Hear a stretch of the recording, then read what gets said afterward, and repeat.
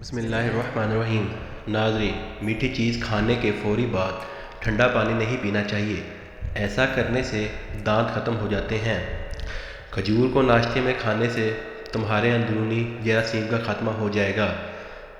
سفید مرنے کی آواز جہاں تک پہنچتی ہے وہاں سے جنات دور چلے جاتے ہیں۔